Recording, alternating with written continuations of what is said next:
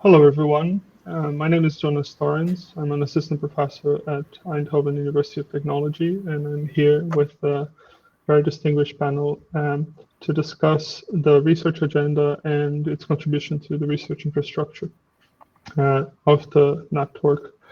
Um, we have been undergoing a process since 2018 to develop the Transformative Innovation Policy research agenda that had a primarily academic audience. And since last year, we've started a process to, on the one hand, update that and open it up to a conversation with policymakers and practitioners, and to develop this research agenda into a research and action agenda, and to integrate it with the effort of developing research infrastructure, as you've been hearing throughout the conference. And so in today's session, we will be discussing those two processes. We'll start in the first part reviewing the efforts that have already been done in the Transformative Innovation Policy Consortium with Phillipe and Orlando. And we'll move on to a panel with Johan Stierna, Glenna Cruz, Phillipe Clery, and Roberta Benedetti Del Rio, in which we'll be discussing the perspective of policymakers and practitioners about their knowledge needs and the possibilities of developing a shared research infrastructure that supports our joint efforts. So without further ado, I would propose to start with a conversation with Phillipe, in which she will outline the process that we've gone so far and the needs we have for research infrastructure. At the end of the session, this first part, we'll have a chance for Q&A. So by all means, please include your questions in the chat, and I'll be reporting those at the end. Thank you so much. Phillipe, over to you. Thanks, Jonas. Hello, everyone. I am sharing my. Good to have you back. Second day of the conference. I hope many of you are here.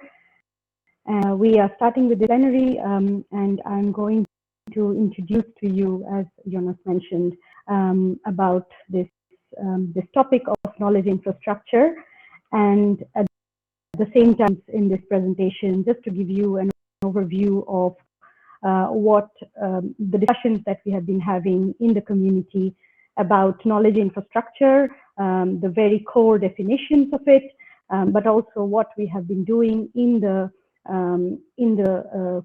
community about the transformative innovation policy, search and action agenda.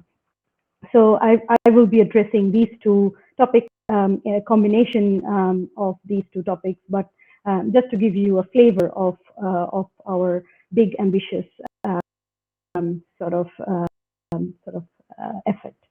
Phillipe Ghosh, I am a research fellow at the Science Policy Research Unit, SPRU, of Sussex, here in the UK, and I work at the Transformative Innovation Policy Consortium for the last couple of years.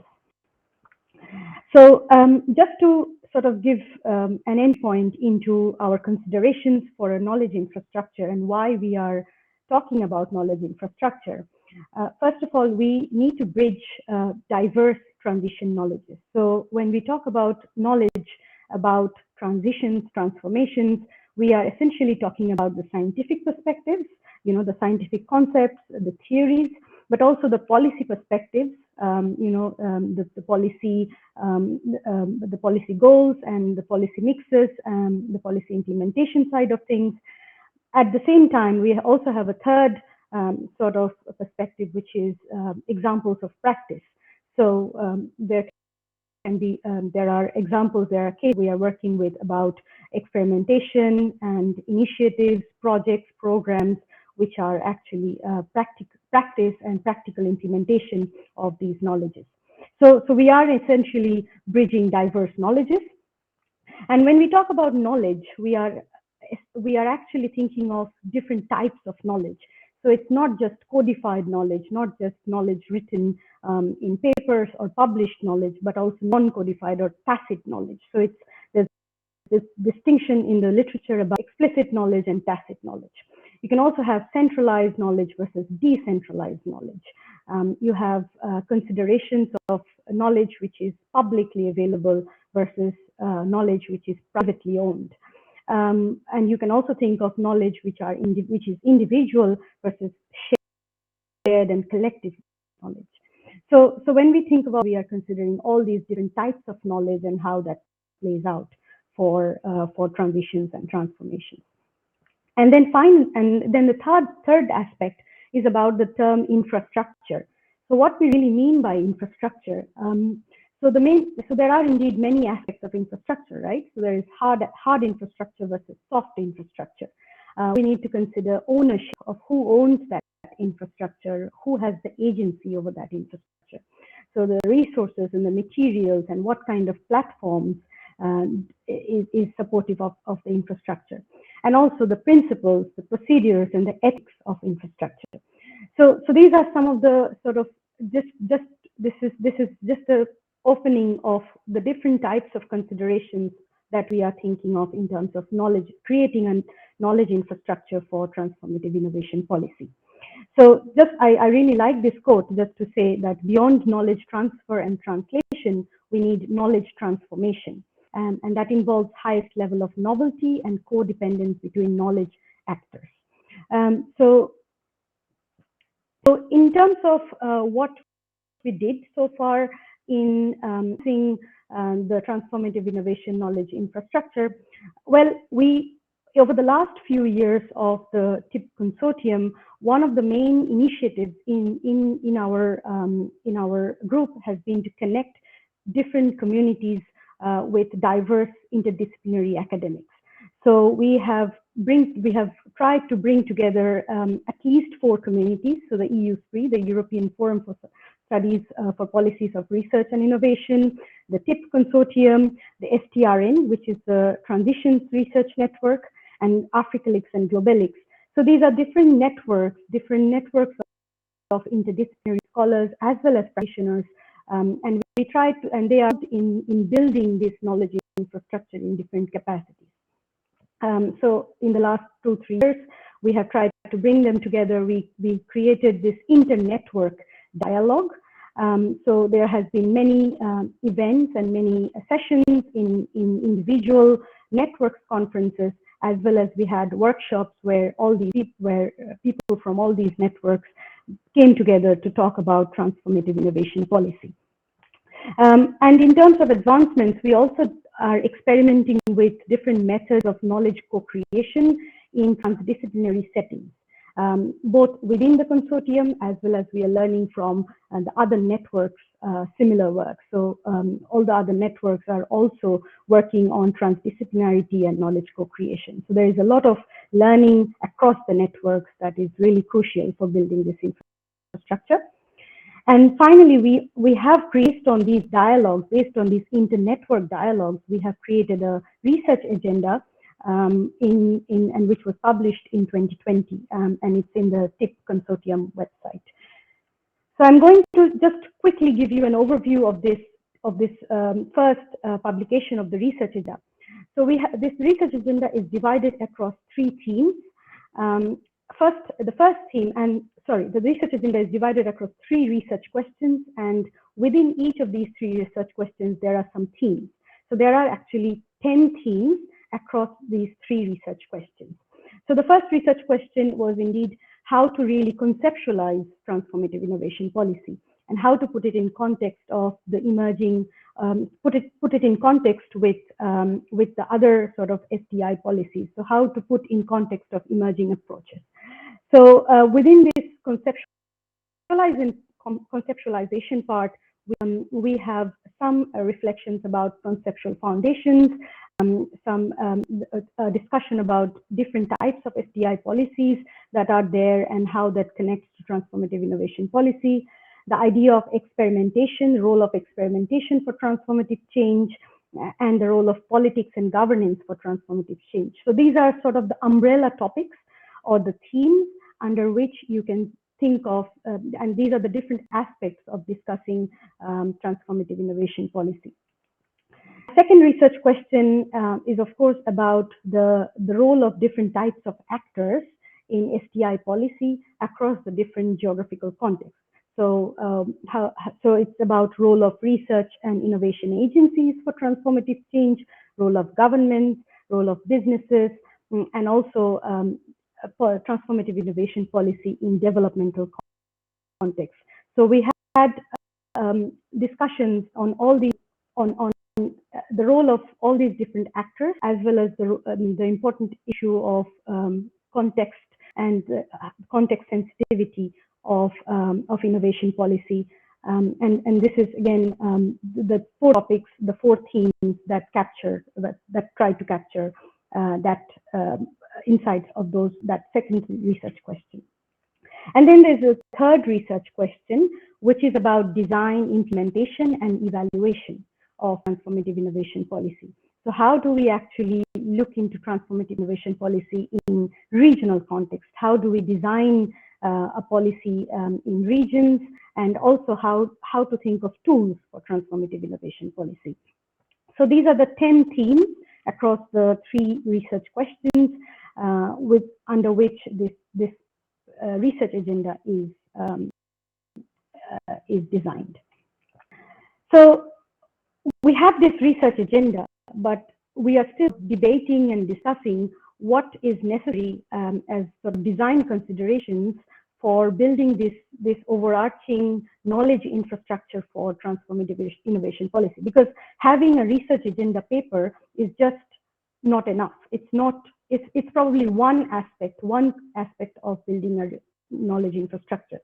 So indeed, when we think of knowledge infrastructure, we are considering definitions, actors, characteristics about, okay, what can be physical and digital infrastructure, and we talked about definitions. So this is following from a workshop that we had in previous conferences of the other networks, where people really suggested that, okay, we can think of a knowledge infrastructure as if that facilitates openness, or we have to think of a knowledge infrastructure's capabilities, and which enables networking and circulation of knowledge.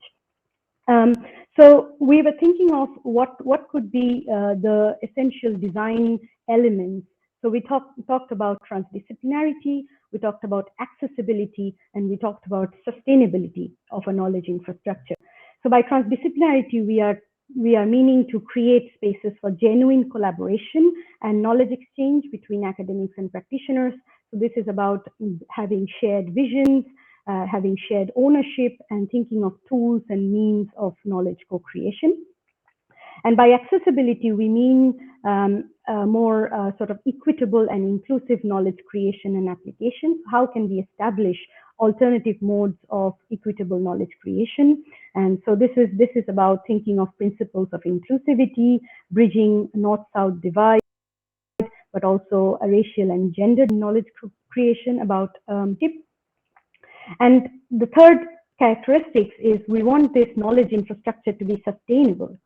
So how can we really scale and sustain new modes of knowledge co-creation? And what kind of tools and methods are really available for sustaining such an infrastructure? So we can discuss, and we are thinking of research funding. What kind of funding is necessary for sustaining such a knowledge infrastructure? And how can we really support the monitoring and evaluation and learning in this domain? And then there's this, we have always debated, the role of a non-conventional conference space, and whether this conference space can create and provide some infrastructure which can be sustained for creating knowledge on TIP. So we are in one such conference. So we have really conceptualized this particular this non-conventional conference space as one way of thinking of building a knowledge infrastructure. So just to sort of wrap up, this is a lot of considerations. And in terms of thinking of next steps, and these are some of the considerations which we can still debate in this particular plenary. But in terms of next steps, we are thinking of revising and refining and extending the research agenda as one sort of activity, one sort of consideration we need to do. So how can we really enhance and update the research agenda? Secondly, we need to sort of further extend and develop existing infrastructure. So there are existing infrastructures, just like the current conference. There are existing funding schemes. There are existing even soft capability building networks and collaborations. How can we really extend them and also fill the gap, fill the challenges that are faced in existing infrastructure? But then there is also a need for creating new infrastructure, more global and perhaps more inclusive infrastructure for transformative innovation policy. And we, as part of next steps, we are also sort of thinking of operationalizing this particular ongoing conference for networking, learning, and for navigating expectations about transformations and transformative innovation policy. So just to give you, this was just to give you a flavor of the different things, different directions in which this particular activity of building a knowledge infrastructure could go in the next, in the upcoming future.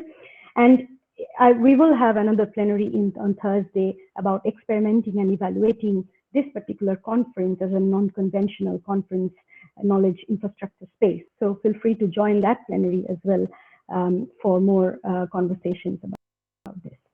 So thank you for this. I will stop sharing. And if you have any questions, please feel free to put it in the chat, questions, comments. And I think I will, we will go to Orlando next part. Well, thank you very much, Vivabshi, for such an interesting presentation. So my name is Orlando Vasquez. I am a researcher at the Copernicus Institute of Sustainable Development at Utrecht University. And today I have the pleasure to present you with some results of a bibliometric study around the transformative innovation policy concept. So I will, I'm sharing my screen. Just a moment.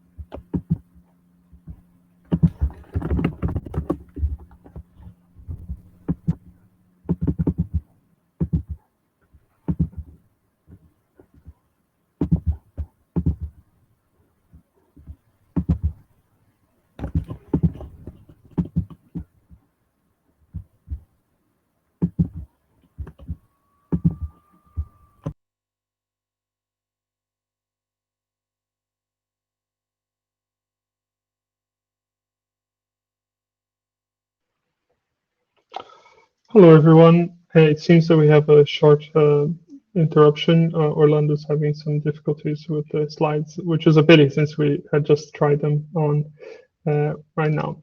I'll take this opportunity to perhaps address a question from Catherine that is in the chat on the omission of other categories. So the first phase of the research agenda that Vivabshi presented indeed had those three topic actors. And since then, we have started this new process of opening up the agenda and considering more broadly the kind of different actors that are involved and what kinds of actions do we need to consider in. So the first document doesn't pay so much attention to these other actors indeed, but that is due to change in the second phase of the research agenda.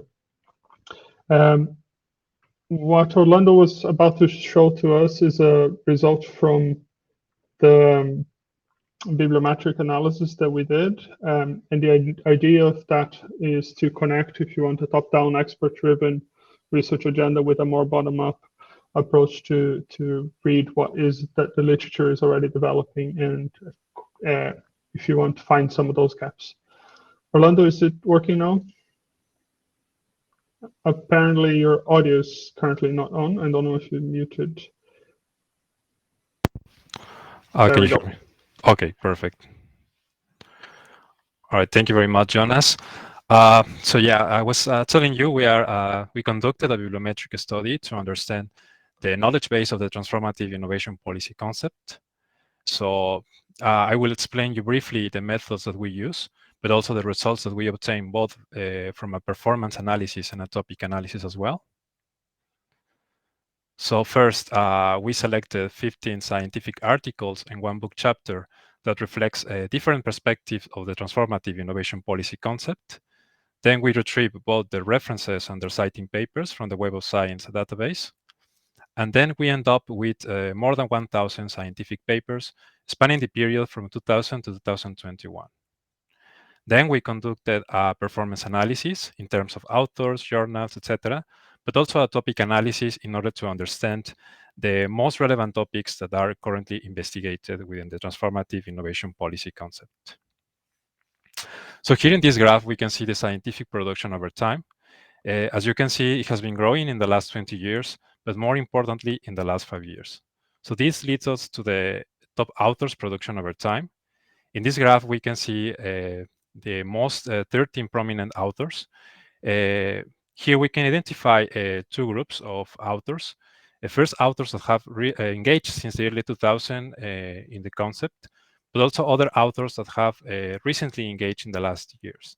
So here the circles represent the number of articles. So the larger the circle, the larger the number of articles, and the darker the color, the larger the number of citations. Here we can see a bibliometric network of the different journals that are currently more active around the transformative innovation policy.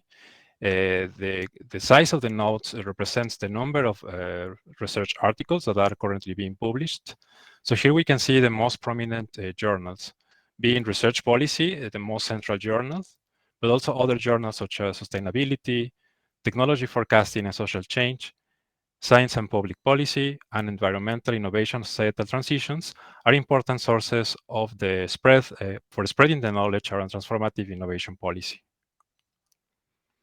But also here we can see the network of organizations.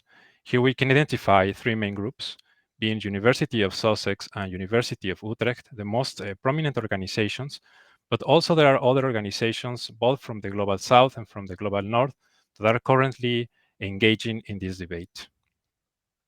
Now, in terms of countries' productions over time, here we can identify three different groups of countries, being United Kingdom, the Netherlands, and the US, being the most active since the early 2000s, but also other European countries that have recently engaged, and also other countries from the Global South, and especially from Latin America, such as Colombia, Venezuela, and Argentina.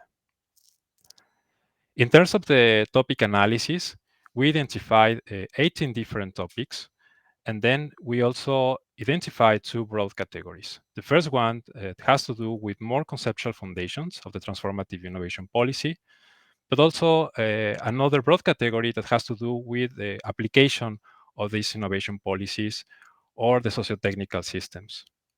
So within the first category, conceptual foundations, we can see the subcategory of policy and governance, which reflects the importance of the governance perspective within innovation policies, in a way that terms such as transition management, STI policy, reflects the role of the states and the innovation agencies in giving directionality to innovation policies. But also we have this another perspective. It has to do with more societal issues. For example, we can see terms such as responsible innovation that reflects how innovation policies needs to align with the expectations of society. But then we also identified another dimension that has to do with more economic activities taking place in firms and industry. And of course, they are engaging in sustainability. So you can see here terms such as environmental orientation, green economy, which reflects this transformation that is taking place within the firms and industries. And in the second broad category, which we label such as socio-technical system, we can identify three different groups. The main subcategory is mobility. So we can identify terms such as electric vehicles, energy, climate policy, which reflects this transformation that is taking place in the mobility. But also the sustainable energy transformation, that is taking place, and also the sustainable transformation that is taking place in the food production systems. So in a nutshell, we can see that the scientific production around the transformative innovation policy concept has been growing exponentially. This concept has its foundation in scholars in Europe, but it has recently gained attention in different locations, both in the global north and in the global south. Also, the topic analysis has confirmed its broadened vision of transformative innovation policy, and this focus in directionality, and especially towards sustainability. It is important also to mention that this analysis only included scientific articles that are published in English, but of course there are other important sources that are shaping the knowledge base of transformative innovation policy. For example, conference papers, or also other articles that are not written in English. So this is in a nutshell the main result of this bibliometric study, and thank you very much for your attention. I will stop.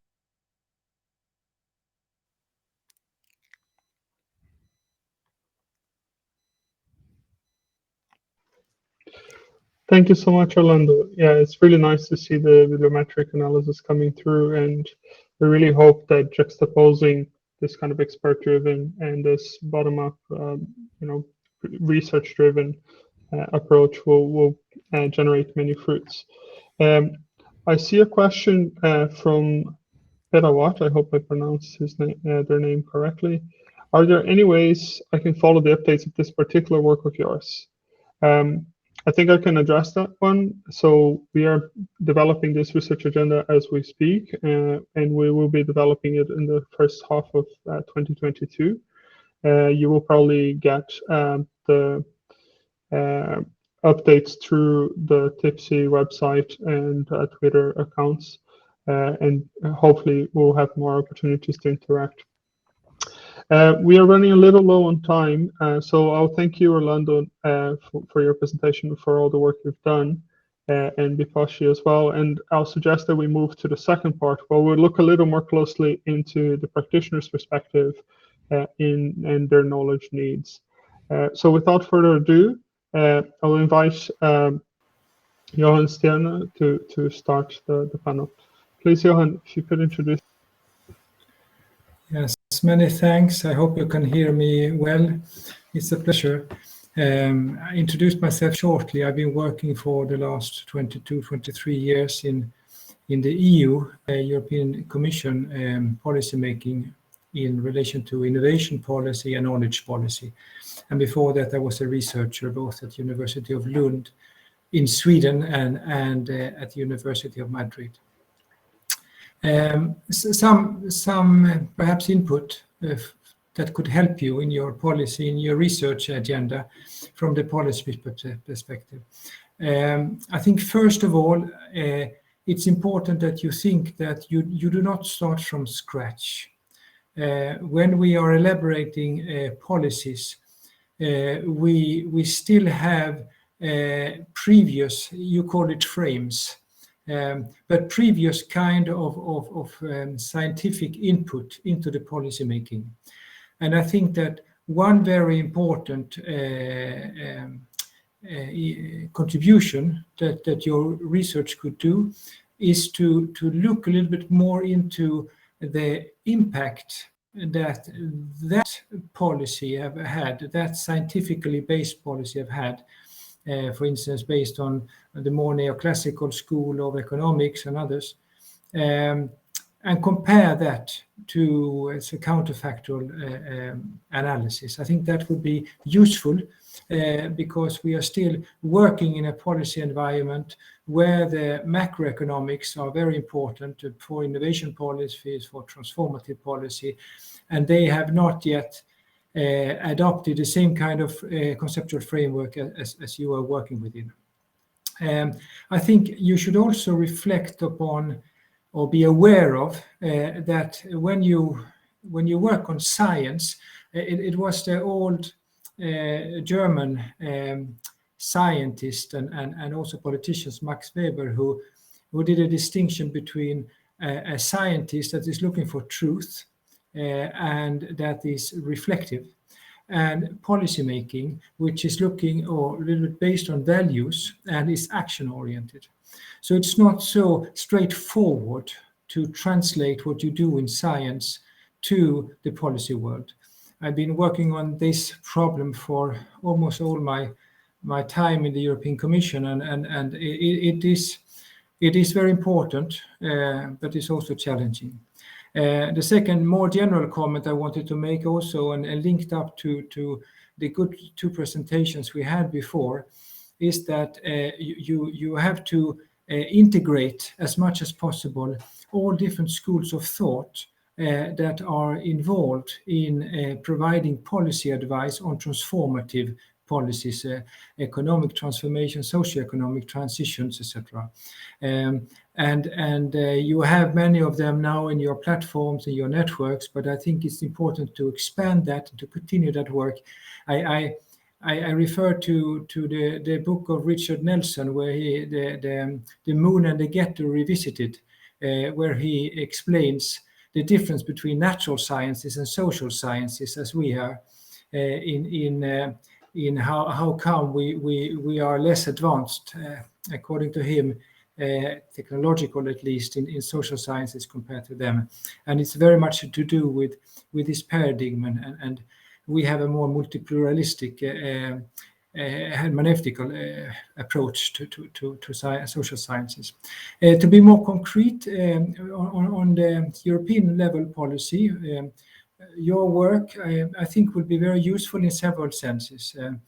You mentioned previously, and also in the bibliometric overview, that governance is very important for us. Research on how do you create the balance, what is the right balance, the level of granularity between directionality and bottom-up entrepreneurship, creativity.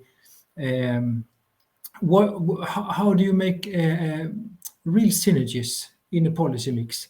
It's easy to talk about it, but there's not so much research about really the different kind of policy mix and the different kind of impacts related to one mix or another. I also think it's very important. Most of your work that I've been reading, and I'm a big fan of your work, is related to it's qualitatively based. And I think more emphasis on how can you provide quantitative analysis and data on systems transformation would be very, very useful in the policy making. We are reflecting a little bit with different researchers that we have here in GRC on complexity analysis and how that could be a way to tackle the systems, but it could be many other. I've been involved in trying to develop data and indicators, for instance, in the NOMAC project and in others. It's very important to have this data, to have indicators, and to develop on that basis different kind of quantitative analysis. I also think that to finalize, concrete tools, as you mentioned, policy making is action oriented. So, for instance, there are good thinking already in linking to policy mix and linking to transition. For instance, how do you deal with, in practical terms, the relationship between regulations and innovation? Many researchers have started with that for the last 10 years, at least, as I know of, but it's still very important for policymakers at many different levels. And what I could say in the end is that at the European level policy, from 2019 and onwards, there's been many features in the new policy that has taken up many features that you have developed on transformative innovation policy. There is a directionality in our policy making. There are policy mix approaches that is based on the links between resources, reforms, and regulations. And there are also a very bold use of policy experimentation with a lot of money, starting perhaps even in 2014 with a smart specialization that was a policy experimentation, fairly successful one, I would say. and more recently, for instance, the European missions and others, which is a bold way of dealing with policy making. At national level and at regional or sub-national level or even city level, I think that's another field of research that you could see to which extent the new RRPs, for instance, and the new instrument that is coming up, the new instruments and programs related to implementation of the European money, structural funds and others, have included transformative innovation elements, and how that could be done, and how we could have a higher impact in this overall directionality of the twin transition that we have chosen at EU level. So I stop here. I also open for any question and follow-up discussions. Thanks a lot. Hello, everybody.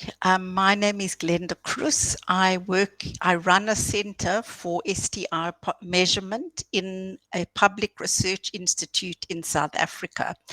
And today I'm coming with you from a very much what somebody has called a pracademic lens and a pracademic perspective. So I'm involved with our Department of Science and Innovation and the University of Johannesburg in building the TIP space in South Africa. And what's been happening over the last few years is that there have been multiple policy experiments initiated, and they're all at different stages. But our goal is to build a strong national transformative innovation policy program. And how we're proposing to do that is by building a community of practice across all these experiments. And we're both trying to broaden out our reach to build the community and to deepen our reach by investing in deep thinking that we need to connect three main constituencies. The first is science, technology, and innovation policy actors. The second is line departments that are responsible for particular socio-technical systems like water, energy, food, etc. And there the concern is how you bridge to STI and linked with development challenges. And then the third group is research analysts and experts, and I think the NPOs would fit in with this group. And here our concern is to drive the localization of the international TIP frameworks to our own policy context. So if we're talking about a research agenda and infrastructure, it needs to be oriented to this task in the way we framed it and involve all three of these constituencies, but obviously in very different ways. So we're trying to design a national program to support TIP, and that will require a lot of research and support from TIPC in general. So I want to just talk about 4 areas or 4 spaces in which we would require more research and more knowledge to be able to address the challenges that we're facing through our engagements. So most of the experiments are niche experiments, and they're trying to implement transformative outcomes on the ground in their day-to-day activity to catalyze and support regime change within their departments or spaces. So we've been asked to work with these groups. And the first challenge we face is about starting out, that we need to be able to work with these different constituencies. They need to learn the TIP concepts, the language, the logic of the approach. And one can't really begin without that foundation. But what we're finding with our practitioners is that they have their own language and their own practice and their own logics. And we're having to work on a kind of translation exercise to enhance understanding and take up of the TIP concepts and terms. And then the second challenge we're facing is that these people working in niche experiments are facing resistance in their line, where they're working in their line departments. They're trying to upscale or shield their niches or layer niches. And so they need to work out a way to do advocacy and driving change and activity in a civil service or bureaucracy where there's very entrenched thinking. And what our academics, our practitioners have argued is that they need a more, to translate the TRP concepts to more palatable terms that they can use in their work. And the example that kept coming up was the phrase of destabilizing regimes. And they find that this language of disruption is very unpalatable when they're working with government and civil service. So we're trying to work on ways to kind of translate the concepts again, to popularize and communicate them without losing the logic and the sense and without oversimplifying. So the research would need to look at how do we do that. And the third, and this topic has been coming up in the chats, is about evaluation. How do we know that change is underway? And how do we know what if it's going in the desired direction and at the fast enough pace? So we need to we're working extensively with our groups on new forms of evaluation and indicators, because in the South African government context, they tend to be a predominance of log frame models of inputs, outputs, outcomes, impact. And we having to shift that thinking and promote co-creation and deep learning amongst multiple actors, and we need research on how to do that better. And then finally, the fourth area that we would need to build research and agenda and infrastructure is around how we have a small core that is driving this building of a community of practice, but we need to build our own capacity nationally to be able to train and build capacity to use the TRP tools. We don't have enough people to do that. So and to help to support the policy experiments in different contexts. So we kind of think, we would put it that we need further research in how to train the trainer, as it were, in how do we work with policy experiments and with niche groups to be able to transfer the ideas pedagogically. What methods do we use? What materials do we need? We need to design new materials, and how do we run the processes? So in sum, from a very academic perspective, those are the challenges that would be driving the kinds of knowledge we would want to be able to translate and apply and use the TRP concepts to grow the community of practice in our own context. Thank you, and over to Phillipe. Thank you. Thank you very much all for inviting me to this interesting session. I'm Phillipe Clery from OECD, from the Science and Technology Policy Division. I work on various projects, but the one that kept me busy and that is most relevant to this session is the project, CSTP project, the Committee on Science and Technology Policy project on mission-oriented innovation policy. As you know, OECD defines itself as a knowledge organization. We support evidence-based policymaking, and we've been doing that for decades now. And we have followed the evolution of this arena, of this STI policy arena.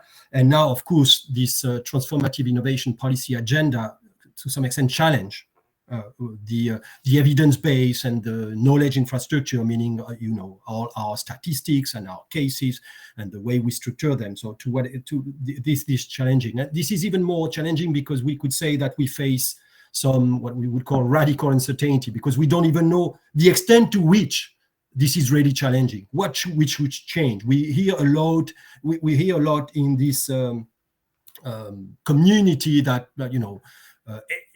everything needs to change or nothing will change. This type of easy sentences sometimes that are beautiful, but in reality, maybe not everything has to change. So that makes the things even more complicated, because we need to be a bit more subtle. So what we can start from this consensus. There is a consensus on what tips, transformative innovation policy are, and even more precisely, what they should do. So we are now, I think, much clearer, thanks to the TIPC, of course, on the what we would call the terms of reference of transformative innovation policy. What we know the associated challenges with some of these terms of reference, how to do system change, etc., etc. But what is really missing now, and this is really where we are now at this junction, what is really missing is the evidence base of the how to do that, how to do transformative innovation policy that relate to the process dimension. We need evidence on the process, how already this is happening and how that can be done. The policy dimension, the political dimension, we all know that we need that high-level political support, but how do you do that? How do you connect political and policy arena? The administration, when it comes to supporting different instruments, you need to look precisely at how, or if you want to link different agencies, for instance, you need to know exactly how to build a common integrated innovation system. So it relates to how to build objectives for transition, how to coordinate this policy, and how to implement the tips and how to evaluate them. All that we know. So we need, on those three levels, we need experiences, we need cases of this potentially at least transformative policy, and we need that in a well-defined analytical framework. We are not starting from scratch. There is a multitude of cases. They are in the literature, there are in European Commission projects, there are in the OECD projects, but there is no, most of the time, there is no consistent methodology, and there is no consistent or integrated structure for reporting and making those casing available and making sense out of this thing. So this is, we have some exceptions. We'll talk about OECD, those that I know better. The STEEP Compass, the OECD STEEP Compass, this is financed by the European Commission. Please look at the on the internet if you don't know that. This is based on taxonomies, structure, etc. It's very analytically grounded, but it provides information on thousands of policies, but not very much in depth. So you have the objective, you have the funding, but you don't know much about the process and the how-tos. Then something that is dear to my heart, because I was the leader of that, is the mission-oriented innovation policy, the MYP online toolkit. Again, look on the internet. This is related to the TIP Compass. Here, it's all designed in an integrated framework. All the cases of mission-oriented innovation policy are reported according to 12 design principles, and very systematically we went through all those cases of missions, and we provide that and we make that available. And ongoing, just to say, we are working on missions for net zero. So here also we have built a database of more than 70 missions, and we have categories where we will identify, where we try to assess what we call the transformative potential. So we see how, to the extent to which those missions challenge the knowledge, the infrastructure, the markets, etc. We try to go systematically one by one. To be provocative or at least ambitious, I would say, though, so that what we need is really, we need to create some kind of collaborative network and a dedicated platform. So all the different analysis, all analysts and researchers, all these that work on that builds the equivalent of, what is the international consortium of investigative journalists, all those that presented and revealed the Panama Papers and all that. Can we build something like that, where we have a dedicated platform, a common analytical framework, where we document cases after cases, and we make sense? We don't only provide that on a platform, we make sense of that. We create a protocol for sense making out of that. And the second dimension that I wanted to, this has been already mentioned, so I won't go too much into that, but it's the second area of knowledge, is monitoring and evaluation, impact assessment of this. There might be a backlash if we don't support and if we don't document the results of this study, for which we have made such a fuss about. And we have been very good at putting that now at the center of policy making. But these people now need us to make sense, because they need advocacy as well. They need legitimacy. So we need to create the methodology, the data infrastructure, etc. And we need to change the statistics. And today, for instance, at OECD, you know that we manage NESTI, which is the Committee on Science and Technology Innovation Indicators. And in the coming years up to 2025, we will work on we have a roadmap to see the extent to which we need to change our statistical evidence base for supporting the transition and for documenting the results and following change, ongoing changes in that regard. So with this, I will leave you, and I thank you very much for your attention. Thank you, Philippe. Thank you, everyone, for inviting me to this interesting panel. Hope you can hear me okay. My name is Roberta Benedetti Del Rio. I am an investor in a sustainability space, and currently I'm a senior advisor leading the impact strategy at Just Climate, which is a newly launched investment business with a mission to keep temperature below 1.5 degree maximum global warming and to establish climate-led investing as a mainstream asset allocation approach, which means really targeting climate impact at scale in a timely fashion, so really in the next decade, while achieving an appropriate risk-adjusted return for our investors. So it's slightly different background from all the previous speakers, so I think probably a different perspective to this panel. The way we start our work is recognizing that our goal to tackle climate change, the climate crisis, requires reshaping whole production and consumption systems in a time scale that's really aggressive. And that requires transformative solutions and systemic change. So there's not one actor that can come and reshape a whole economic sector. There needs to be cross-sector collaborations, and there need to be interactions between regulators, policymakers, investors, business owners, being them newcomers or incumbents alike. Hence, I was very excited as part of my role to also take part in the Global Investors panel of the Deep Transition Futures Project, which is a sister project to the TIPSI, to determine pathways to accelerate the second deep transition and to ensure that that is desirable in its directionality as well. So in terms of our approach to policy and how we interact with it in our work, while we are very aware of this need for to actually achieve change at scale, putting that in practice actually does require some work. As investors, the typical starting point on relying on policy is to try and minimize that and to try and back businesses that don't require too much policy support, or if they do, always trying to go in there with a prudent view to ensure we have the downside case covered. And the policy input typically comes a bit after the fact in terms of what is there, what support is there, what regulations are there. The dialogue before, while a policy is being designed or thought about, is not typically something we get involved with or we get privy of. So that's at least from my experience how it happens. In this field, one interaction I've had is with the Mission Innovation Initiative, including accessing their research around, for example, around calculating avoided emissions and their technology list of solutions. And I think one aspect that works for that is that it fits quite well the existing model of investors that have a typical, for example, for the typical venture capitalist or growth investor, in sense that it defines discrete solutions, being them technologies or business models, and then there is a clear case and for an investor to come in and back one of those, and then there's a clear alignment of incentive and distribution of the outcome that is sort of fits well with the existing model of doing business for this type of investors. There are other interventions, however, where actually this doesn't always work that well.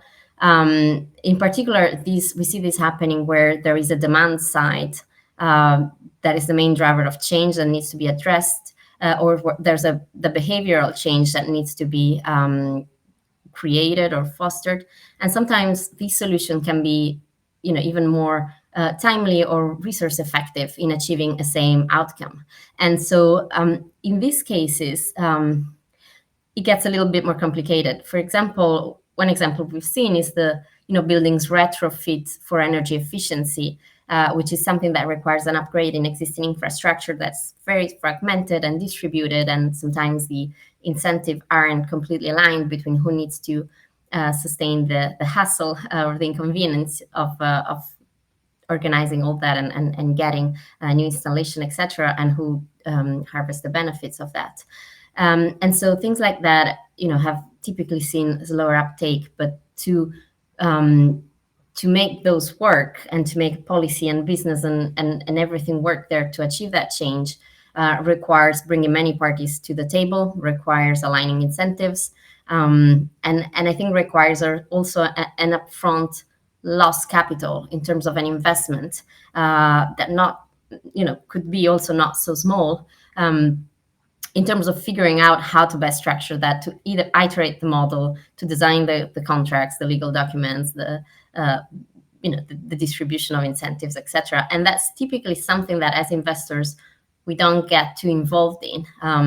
But I think there's a space there where actually that could create a lot of value added and a lot of moving us forward on the sustainability transition. So I think there's something to think about. But at the moment, at least from my experience, isn't as developed, or there aren't existing clear models that are repeatable or standardized or even easily accessible, I would say.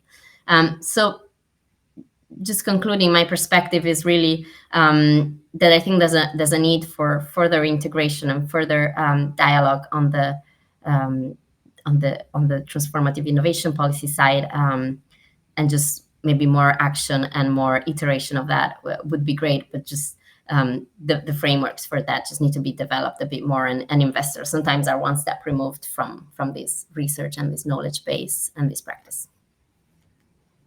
Thank you. Thank you so much, Roberta, and for all the other panelists for providing such a rich set of inputs to this discussion. As we see, different actors have very different understanding of what is necessary. And of course, we need to take that into consideration in designing the next steps. Our session is running a little short on time, unfortunately. I wish we had 2 hours because it's a very rich group. I'm trying to identify the questions from the chats. In particular, I was struck by one question around to what extent is policymaking in this space really inclusive of scientific concerns, and can we be optimistic, if you want, that the next IPCC assessment will be positive?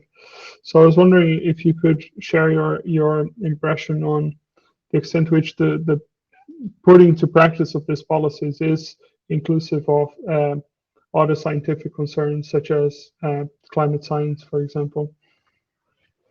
And I was wondering if perhaps Johan or Phillipe would be interested in addressing this question, since you have this more overview from different perspectives.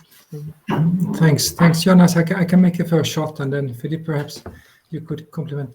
In our policy making in the EU, we try as much as possible to be open. So when we elaborate new policies, we are always having a process that involves a lot of impact and input from science experts in the field, both in terms of innovation policy experts from different perspectives, but also more broadly from other policy areas. So this is a standard we have. We have expert groups, we have consultations. We are working closely with OECD, as with Phillipe and his colleagues. We are working closly with projects that are setting up infrastructures that we are developing, etc. So I think that on all this, it's clear that we do what we can. We also want to have as much as possible science-based policy. But as I said in the beginning, there's no straight way to do this. It's not that you have a scientific finding and you will have that as such in policymaking. There are two different logics into it. And this is important to understand, so you don't create false expectations or frustrations in this process. But there's a long process, there's a long tradition. I would dare to say that as a public administration, we are one of the most open to external input from the scientific community. And we are also actively supporting and financing new research in this area, and also from other perspectives in the scientific community, but also transformative innovation. So I hope that will give some input, but more concretely, of course, it's related to many different forms. It takes many different forms or platforms. No? So. Thank you, Philip. If you're okay, I believe we have to finish now. What I will propose to everyone, since we had such a rich input and we're running out of time, is to take your questions and suggestions for the networking session that follows this session, and to discuss perhaps in smaller groups. Remembering that we are taking notes of those sessions and they will be incorporated into our final. So that's also an opportunity to discuss with your other conference attendees. And we also will make available the recording of the session so that you can have access to this rich discussion. Thank you so much for all the participants, and also for Bipashi and Orlando for setting the scene for us. It's been really excellent to have you here, and I hope we continue this rich conversation throughout the conference. So have a nice day, and I'll see you very shortly.